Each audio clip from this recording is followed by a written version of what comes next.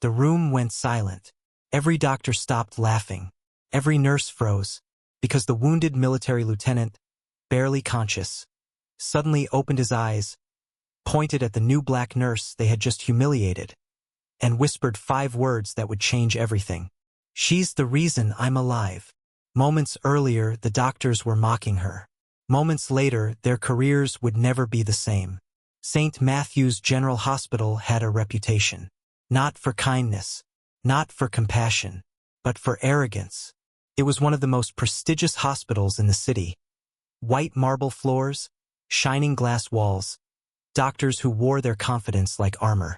They were used to being admired, praised, and obeyed. And on that Monday morning, they had already decided one thing. The new nurse didn't belong. Her name was Elena Carter. She stood quietly at the nurse's station, holding a clipboard tighter than she needed to. Her navy blue scrubs were freshly pressed. Her hair was neatly pulled back. Her posture was straight, military straight, though no one knew why yet. She was black. She was new. And she was being watched. Dr. Richard Halvorsen, one of the hospital's senior surgeons, glanced at her and smirked. "Is she lost?" he muttered to another doctor. A few chuckles followed. Elena heard it. She pretended not to. She had learned long ago that reacting only gave people what they wanted. The jokes started small. "Hope she knows how to read charts. Did HR lower standards again? Looks more like a CNA than a trauma nurse." Elena focused on her breathing. Inhale, exhale. She reminded herself why she was here. She wasn't here for approval. She wasn't here to prove anything. She was here to save lives. But St. Matthew's wasn't ready for someone like her. When Dr. Halvorsen assigned her to assist in the trauma wing, another nurse raised an eyebrow. "Are you sure?" she whispered. "She just started today." Halvorsen shrugged. "If she messes up, we'll know fast." They laughed. Elena heard that too. At exactly 11:47 a.m., chaos arrived. The trauma doors burst open as paramedics rushed in a stretcher. "Male, early 30s, one shouted. "Multiple shrapnel wounds. Severe blood loss. Blood pressure dropping." Elena moved instantly. She recognized the signs faster than anyone else. The patient wore military dog tags. A lieutenant. His uniform was soaked in blood. His breathing was shallow. His skin pale. Doctors swarmed. Orders were shouted. But Elena noticed something no one else did. His oxygen saturation was dropping too fast.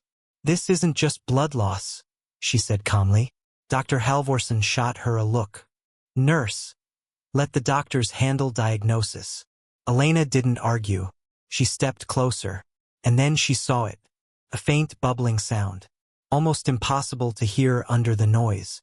Elena leaned in, listening carefully to the lieutenant's chest. Her eyes widened. Tension pneumothorax. A collapsed lung. If untreated, he would be dead within minutes. She spoke again, louder this time. "Doctor, his lung is collapsing. He needs a chest decompression now." Halvorsen scoffed. "We've already scanned him. You're mistaken." Elena swallowed. She had seen this before. Not in textbooks. In combat zone. Her hands tightened into fists. "Sir, with respect, he won't survive transport to surgery unless you relieve the pressure immediately." The room went quiet. Then someone laughed. "Is the new nurse giving medical orders now?" Another doctor sneered. Elena felt something shift inside her. Fear tried to rise. She pushed it down. Because she had seen men die when people hesitated. She stepped forward. "Please," she said, "give me permission to act." Halvorsen shook his head. "You will not perform a procedure you're not authorized for." The lieutenant suddenly gasped. His monitor beeped wildly. Heart rate spiking. Oxygen crashing. Everyone froze. Elena didn't. She grabbed a needle kit. "Stop!" Halvorsen shouted. Too late. With steady hands, Elena inserted the needle into the lieutenant's chest. Precise, controlled, perfect. A loud hiss escaped. Air rushed out. The monitor stabilized. The room fell silent. The lieutenant's breathing eased. Color slowly returned to his face. Everyone stared. Halvorsen turned red with fury. You could have killed him, he yelled. Elena met his eyes. But I didn't. Security was called. HR was notified. They accused her of reckless behavior. She didn't argue. She just stood there, waiting. As they prepared to wheel the patient to surgery, the lieutenant stirred. His eyes opened, weak, focused. He looked around. Then he saw Elena. His hand twitched. Her, he whispered. The room leaned in.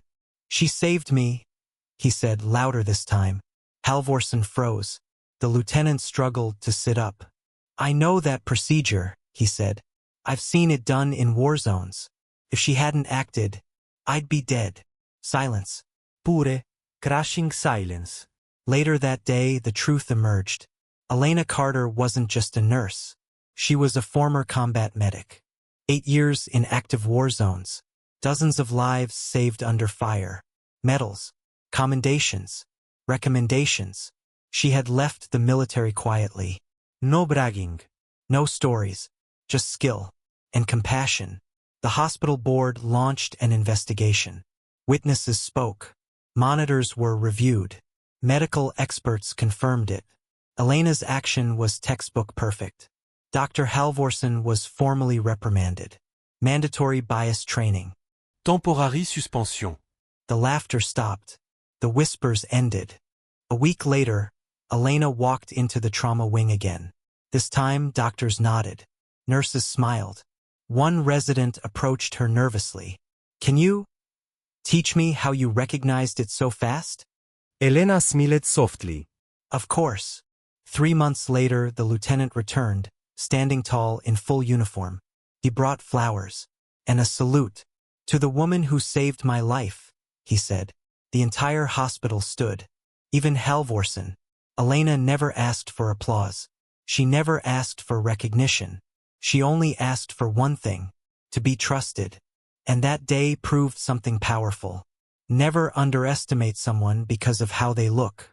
Never laugh at quiet strength. And never ignore the voice of someone who knows how to save a life. Because sometimes, the hero is the one they laughed at first.